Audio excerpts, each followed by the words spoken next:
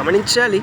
దేవుడు మనిషిని ప్రేమిస్తున్న విధానం, పోషిస్తున్న విధానం, నడిపిస్తున్న విధానం, ఆదరిస్తున్న విధానం, సహాయం చేస్తున్న విధానాన్ని వివరించడానికి రోజులు చాలవు, నెలలు చాలవు, సంవత్సరాలు చాలవు. అన్నింటికి మించి ఆ యొక్క ప్రేమను వివరించడానికి, రాయడానికి గ్రంథాలు కూడా చాలవండి. అంత గొప్ప ప్రేమ దేవుడు మానవుడిపై చూపిస్తున్నాడు. అంత గొప్పగా దేవుడు మనిషిని పోషిస్తున్నాడు. అంత గొప్పగా దేవుడు మనిషిని నడిపిస్తున్నాడు. అంత గొప్పగా దేవుడు మనిషిని ఆదరిస్తున్నాడు. ఒకసారి ఆలోచన చేద్దామండి. దేవుడు మానవుణ్ణి ప్రేమిస్తున్న విధానం అంత గొప్పది.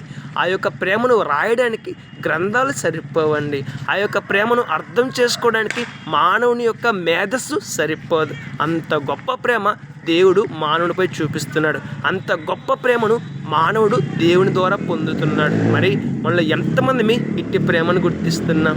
ఒకసారి ఆలోచన చేద్దాం. ఇట్టి ప్రేమ, ఈ విధమైన ఆదరణ, ఈ విధమైన ఆలోచన దేవుని ద్వారా మానవుడు పొందుకుంటున్నాడు. ఎలా కనుక్కోగలం, ఎలా గుర్తించగలం అంటే పరిశుద్ధ గ్రంథమైన బైబిల్ గ్రంథంలో దేవుని ప్రేమ స్పష్టంగా వివరించబడింది. పరిశుద్ధ గ్రంథమైన బైబిల్ గ్రంథంలో దేవుడు మానవుడిని ప్రేమిస్తున్న విధానం స్పష్టంగా తెలియచేయబడింది. ఒకసారి చదువుదాం. పరిశుద్ధ గ్రంథంలో దేవుడు మానవుడిని ప్రేమిస్తున్న విధానాన్ని గుర్తిద్దాం. మనం దేవుని కొనియాడదాం, దేవుని పొగుడుదాం. రేపటి శ్రేష్టమైన ఆశీర్వాదాన్ని పొందుకుందాం. May God bless you.